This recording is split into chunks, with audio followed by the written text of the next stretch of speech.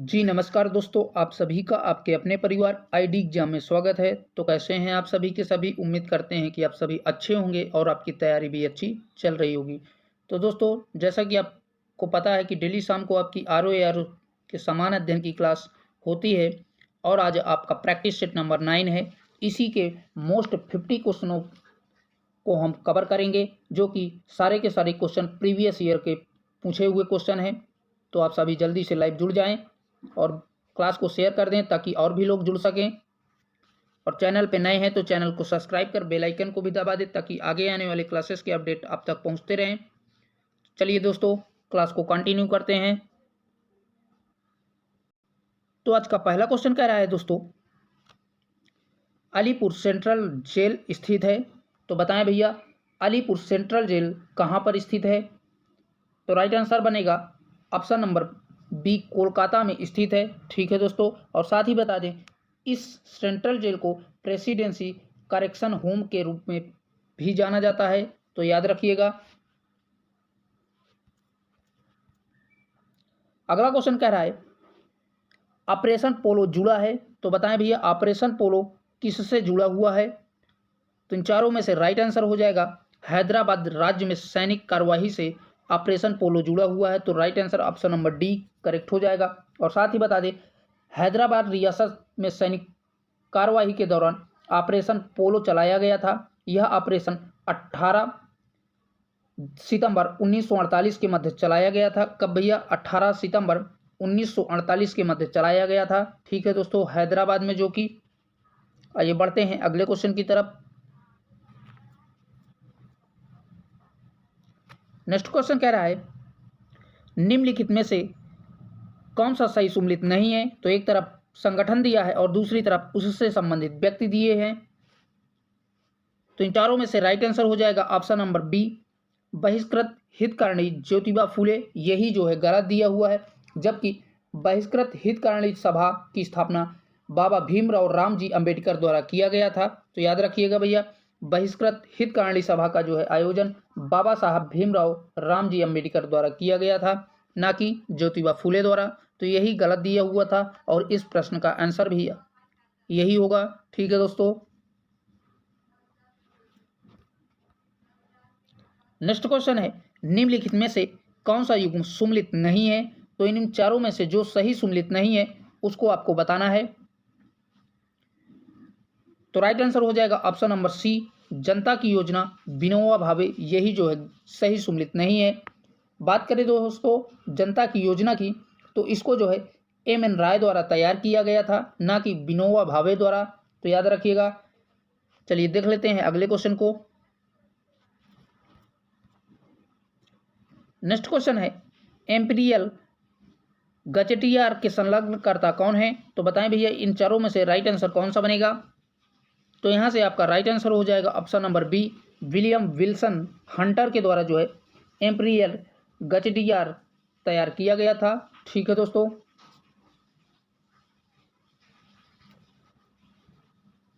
Next question कह रहा है निम्न में से ब्रिटिश प्रधानमंत्री के सरकारी आवास का नाम क्या है। तो बताइए भैया, ब्रिटिश प्रधानमंत्री के सरकारी आवास को क्या कहा जाता है।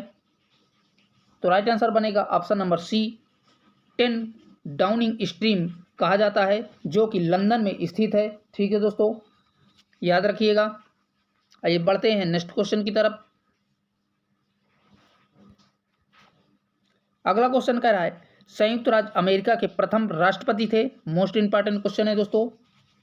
तो संयुक्त राज्य अमेरिका के जो है प्रथम राष्ट्रपति आप सभी को पता होगा, जॉर्ज वाशिंगटन थे। तो ऑप्शन नंबर एक करेक्ट हो जाएगा। और बात करें इनके शासनकाल की, तो इनका शासनकाल 1789 से लेकर के 1797 तक चला था।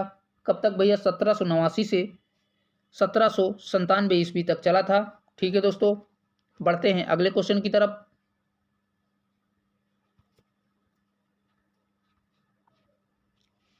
नेक्स्ट क्वेश्चन कह रहा है दोस्तों, निम्नलिखित में से संयुक्त राज्य अमेरिका का वह राष्ट्रपति कौन था जिसने राष्ट्रपति पद से त्यागपत्र दिया हो। तो इसके ऑप्शंस इस प्रकार हैं। तो बताएं भैया, राइट आंसर कौन सा बनेगा यहाँ से। तो राइट आंसर बनेगा option number B, Richard Nixon. यही जो है राष्ट्रपति पद से त्यागपत्र दे दिए थे। ठीक है दोस्तों, जो कि 37वें नंबर के राष्ट्रपति थे। साथ में याद रखिएगा कौन से नंबर के, 37वें नंबर के राष्ट्रपति थे। आइए बढ़ते हैं अगले क्वेश्चन की तरफ। अगला क्वेश्चन कह रहा है इंडिया विंस फ्रीडम पुस्तक आत्मकथा है। तो बताएं भैया, इंडिया विंस फ्रीडम पुस्तक किसकी आत्मकथा है? तो राइट आंसर बनेगा ऑप्शन नंबर सी, मौलाना अबुल कलाम आज़ाद की यह आत्मकथा है। ठीक है दोस्तों, नेक्स्ट कह रहा है पुस्तक इंडिया विंस फ्रीडम के लेखक हैं। तो बताइए भैया, इंडिया विंस फ्रीडम के लेखक कौन हैं? तो राइट आंसर हो जाएगा ऑप्शन नंबर ए के आज़ाद, यही इसके लेखक हैं। ठीक है दोस्तों, नेक्स्ट कह रहा है स्प्रिंग टाइगर पुस्तक जीवनी है। तो बताएं भैया, स्प्रिंग टाइगर पुस्तक किसकी जीवनी है? तो राइट आंसर हो जाएगा option number B, Subhash Chandra Bose की यह जीवनी है। ठीक है दोस्तों, तो ऑप्शन नंबर बी यहां से राइट बनेगा। अगला कह रहा है 1809 ईस्वी में राजा राम मोहन राय ने अपनी प्रसिद्ध पुस्तक गिफ्ट टू मोनोसिस्ट निम्नलिखित में से किस भाषा में लिखा था? तो बताएं भैया, राजा राम मोहन राय के द्वारा लिखी पुस्तक गिफ्ट टू मोनोसिस्ट किस भाषा में लिखी गई थी? तो यह जो है फारसी भाषा में लिखी गई थी। तो ऑप्शन नंबर सी यहाँ से राइट बनेगा। ठीक है दोस्तों, आइए देख लेते हैं अगले क्वेश्चन को। अगला क्वेश्चन कह रहा है निम्नलिखित युग्मों में से कौन सा सही सुम्मिलित नहीं है? तो बताइए भैया, इनमें से कौन सा सही सुम्मिलित नहीं है? इसके ऑप्शंस इस प्रकार हैं। तो इन चारों में से सही सुम्मिलित आपका ऑप्शन नंबर सी नहीं है, तो यही आपका राइट आंसर बनेगा। राधा कमला मुखर्जी अवध इन रिवोल्ड, यही जो है गलत दिया हुआ है।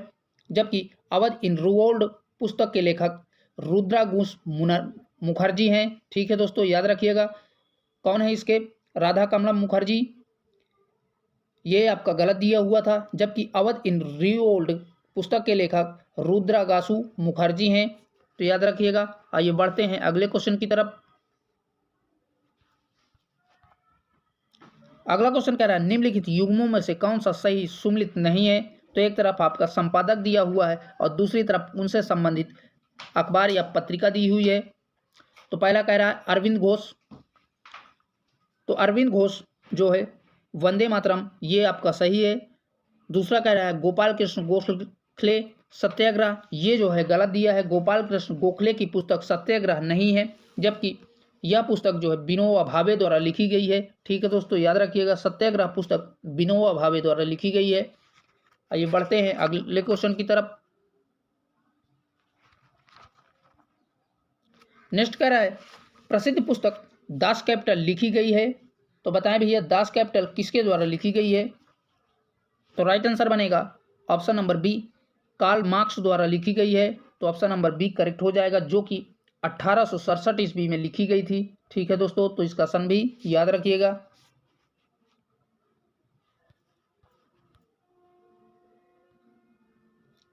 नेक्स्ट कह रहा है landmarks in Indian constitutional and A national development नामक पुस्तक के लेखक हैं। तो बताइए भैया, Indian constitutional and national development पुस्तक के लेखक कौन हैं?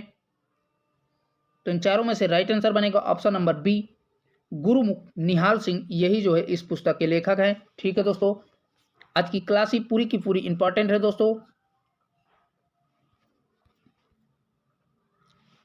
नेक्स्ट क्वेश्चन है कांग्रेस प्रेसिडेंशियल एंड्रेज के संस्थापक थे। तो बताएं भैया, कांग्रेस प्रेसिडेंशियल एंड्रेज के संस्थापक कौन थे? तो राइट आंसर हो जाएगा ऑप्शन नंबर ए, G.A. नटेसन, यही जो है इसके संस्थापक थे। ठीक है दोस्तों, बढ़ते हैं अगले क्वेश्चन की तरफ। नेक्स्ट क्वेश्चन कह रहा है सूची फर्स्ट को सूची सेकंड से सुम्मिलित कीजिए तथा नीचे दिए गए कूट से सही उत्तर चुनिए। तो एक तरफ सूची फर्स्ट दिया है और दूसरी तरफ सूची सेकंड दिया है। तो पहला कह रहा है घर और अदालत, तो घर और अदालत पुस्तक लीला सेठ द्वारा लिखी गई है। तो ए का चौथे से। अगला कह रहा है झोपड़ी से राष्ट्रपति भवन तक, तो यह पुस्तक जो है महेंद्र कुलश्रेष्ठ द्वारा लिखी गई है। तो बी का तीसरे से। अगला कह रहा है इमेजिंग इंडिया, तो इमेजिंग इंडिया जो है नंदन नीलेकणी द्वारा लिखी गई है, तो सी का दूसरे से।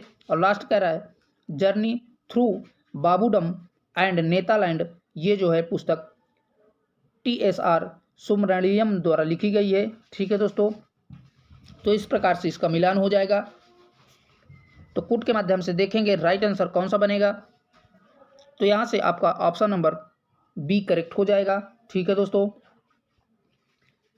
जिसमें ए को चौथे से, बी को तीसरे से, सी को दूसरे से और डी को पहले से मिलान कराया था।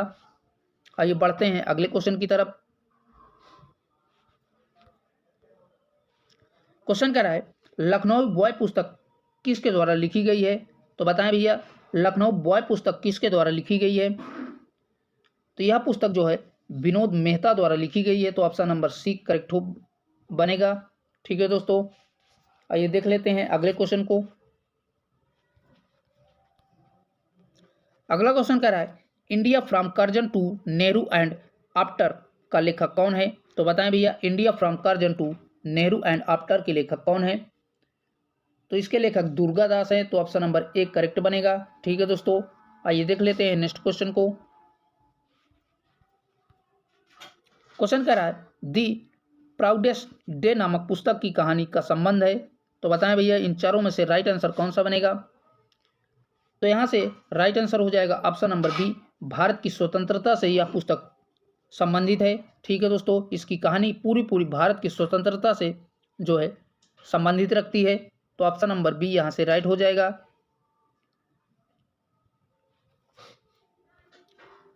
नेक्स्ट क्वेश्चन है इग्नाइटेड माइंड्स के लेखक हैं, तो बताइए भैया इग्नाइटेड माइंड्स के लेखक कौन हैं। तो राइट आंसर हो जाएगा option number A, APJ Abdul कलाम।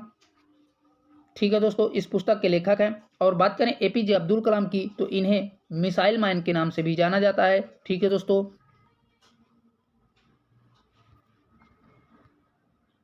अगला क्वेश्चन कह रहा है निम्नलिखित में से दी आर्क्टेसिटी ऑफ होप पुस्तक का लेखक कौन है, तो बताएं भैया आर्क्टेसिटी ऑफ होप पुस्तक के लेखक कौन है। तो इन चारों में से राइट आंसर हो जाएगा option number B, Barack Obama जो है इस पुस्तक के लेखक हैं। और यह पुस्तक बाराक ओबामा द्वारा वर्ष 2006 में जो है लिखी गई थी, तो याद रखिएगा दोस्तों। आइए देख लेते हैं अगले क्वेश्चन को।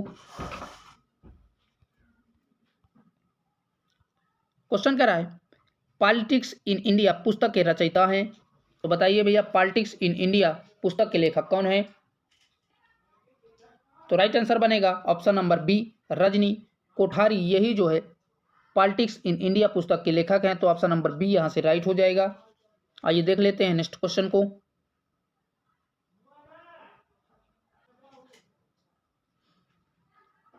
अगला क्वेश्चन कह रहा है निम्नलिखित में से स्वाधीनता पूर्व भारत का राष्ट्र कवि नहीं था, तो बताएं भैया। तो राइट आंसर बनेगा option number D, Shiv Kumar Batalvi, यही जो है स्वाधीनता पूर्व भारत के राष्ट्र कवि नहीं है। ठीक है दोस्तों, और बात करें दोस्तों शिव कुमार बटावली की, तो ये स्वाधीनता पूर्व भारत के राष्ट्र कवि नहीं थे बल्कि रोमांटिक कवि थे। ठीक है दोस्तों, इनका रचना काल मुख्यतः स्वतंत्रता के बाद का है, तो याद रखिएगा दोस्तों यही जो है अलग दिया हुआ था। आइए बढ़ते हैं अगले क्वेश्चन की तरफ।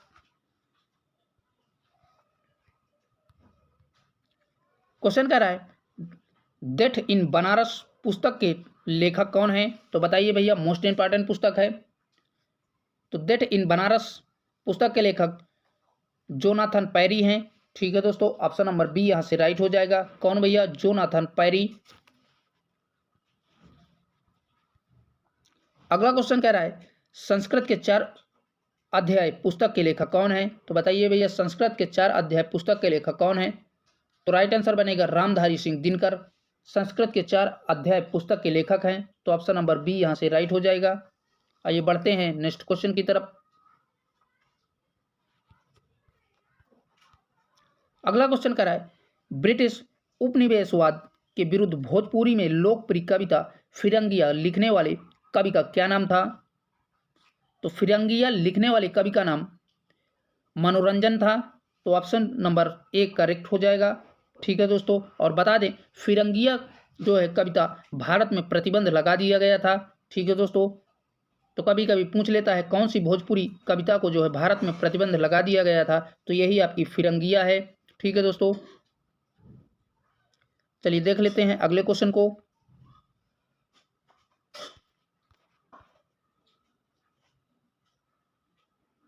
अगला क्वेश्चन कह रहा है निम्नलिखित में से कौन लोक संस्कृत को स्पष्ट करता है, तो बताएं भैया। इसके ऑप्शंस इस प्रकार हैं, तो ऑप्शन नंबर सी यहां से करेक्ट हो जाएगा, सामान्य लोगों की संस्कृत परिपाटी, यही जो है करेक्ट हो जाएगा, और यही जो है लोक संस्कृत को स्पष्ट करता है। ठीक है दोस्तों, चारों में से। आइए देख लेते हैं नेक्स्ट क्वेश्चन को। अगला कह रहा है बिहू किस प्रदेश का लोक नृत्य है, मोस्ट इंपॉर्टेंट है दोस्तों।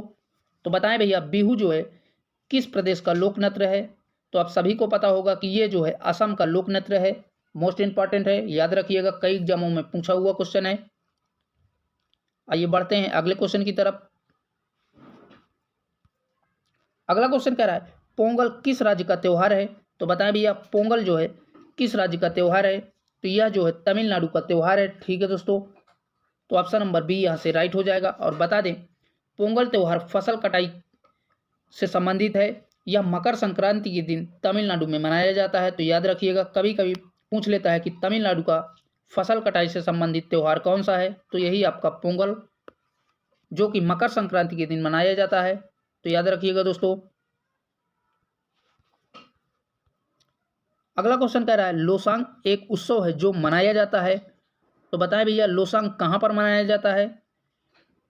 तो दोस्तों लोसांग जो है सिक्किम राज्य में मनाया जाता है, ये भी फसल कटाई से संबंधित त्यौहार है। ठीक है दोस्तों, जो कि भोटिया समुदाय द्वारा प्रत्येक माह दिसंबर में मनाया जाता है। ठीक है दोस्तों, याद रखिएगा, और यह फसल कटाई से संबंधित है, और यह प्रत्येक वर्ष दिसंबर माह में मनाया जाता है, जो कि भोटिया समुदाय द्वारा मनाया जाता है, याद रखिएगा। आइए बढ़ते हैं अगले क्वेश्चन की तरफ। क्वेश्चन कह रहा है निम्नलिखित में से किस स्थान पर मुड़िया पूर्णिमा मेला का आयोजन किया जाता है, तो बताएं भैया मुड़िया पूर्णिमा मेला का आयोजन कहाँ पर किया जाता है। तो राइट आंसर बनेगा ऑप्शन नंबर सी गोवर्धन में। ठीक है दोस्तों, जो कि मथुरा वृंदावन में मनाया जाता है गुरु पूर्णिमा के दिन आषाढ़ के। ठीक है दोस्तों, आइए बढ़ते हैं नेक्स्ट क्वेश्चन की तरफ। क्वेश्चन कर रहा है वह राग जो सुप्रभात के समय गाया जाता है वह है, तो बताइए भैया सुप्रभात यानी कि सुबह के समय में कौन सा राग गाया जाता है। तो राइट आंसर बनेगा ऑप्शन नंबर ए तोड़ी राग जो है सुबह के समय में गाया जाता है। और बात करें अदर ऑप्शनों की, दरबारी तो ये जो है भैया रात्रि के समय गाया जाता है। और बात करें भोपाली की तो ये जो है संध्या काल में गाया जाता है। और बात करें भीम पालसी की तो ये जो है दोपहर में गाए जाने वाला राग है। ठीक है दोस्तों, तो इस प्रश्न का आंसर दोस्तों ऑप्शन नंबर ए तोड़ी जो है सुबह के समय यानी कि सुप्रभात के समय गाया जाने वाला राग है। ठीक है दोस्तों, आइए बढ़ते हैं अगले क्वेश्चन की तरफ। अगला क्वेश्चन कह रहा है निम्नलिखित में से कौन हिंदुस्तानी संगीत के क्षेत्र में महान विभूति नहीं था, तो बताएं भैया राइट आंसर कौन सा बनेगा। तो यहां से करेक्ट आंसर हो जाएगा माल गुलजरी, यही जो है इसका सही जवाब हो जाएगा। ठीक है दोस्तों, अगला क्वेश्चन है पंडित भीमसेन जोशी संबंधित हैं, तो बताएं भैया पंडित भीमसेन जोशी किस से संबंधित हैं। तो राइट आंसर हो जाएगा ऑप्शन नंबर डी संगीत के क्षेत्र से पंडित भीमसेन जोशी संबंधित हैं। तो ऑप्शन नंबर डी यहाँ से करेक्ट हो जाएगा। और इन्हें वर्ष 2009 में भारत रत्न से सम्मानित किया गया था। ठीक है दोस्तों, आइए देख लेते हैं अगले क्वेश्चन को। अगला क्वेश्चन कह रहा है निम्नलिखित में से किसका जन्म आगरा में हुआ था, तो बताएं भैया आगरा में किसका जन्म हुआ था। तो दोस्तों इस क्वेश्चन में दो ऑप्शंस आपके सही हैं, मीर और गाफिल, यही दोनों के दोनों सही हैं। ठीक है दोस्तों, आयोग के द्वारा इस क्वेश्चन में गड़बड़ी की गई थी, तो यहाँ से दोनों के दोनों का जन्म आगरा में हुआ था, मीर का और गालिब का, इन दोनों का जन्म आगरा में हुआ था। ठीक है दोस्तों, चलिए बढ़ते हैं नेक्स्ट क्वेश्चन की तरफ। और साथ ही बता दें दोस्तों इस क्वेश्चन में अमीर खुसरो की, तो अमीर खुसरो का जन्म उत्तर प्रदेश के एटा में हुआ था, जो कि कई एग्जामों में पूछा हुआ गया है। चलिए देख लेते हैं अगले क्वेश्चन को। कह रहा है निम्नलिखित में से किसने शंभू महाराज को हिंदुस्तानी शास्त्रीय संगीत की शिक्षा दी थी? तो बताएं भैया, शंभू महाराज को हिंदुस्तानी शास्त्रीय संगीत की शिक्षा दी थी। तो राइट आंसर बनेगा ऑप्शन नंबर बी, करेक्ट हो जाएगा। रहमुद्दीन खान के द्वारा जो है शंभूनाथ को शास्त्रीय की शिक्षा दी गई थी। ठीक है दोस्तों, और साथ ही बता दें शंभूनाथ की, तो शंभूनाथ जो है लखनऊ घराने के कथक नृत्य कलाकार हैं। ठीक है दोस्तों, आइए देख लेते हैं अगले क्वेश्चन को।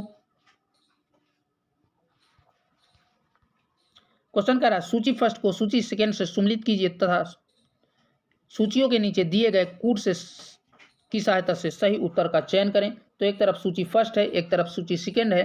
तो पहला कह रहा है भरतनाट्यम, तो भरतनाट्यम भैया तमिलनाडु का नृत्य है।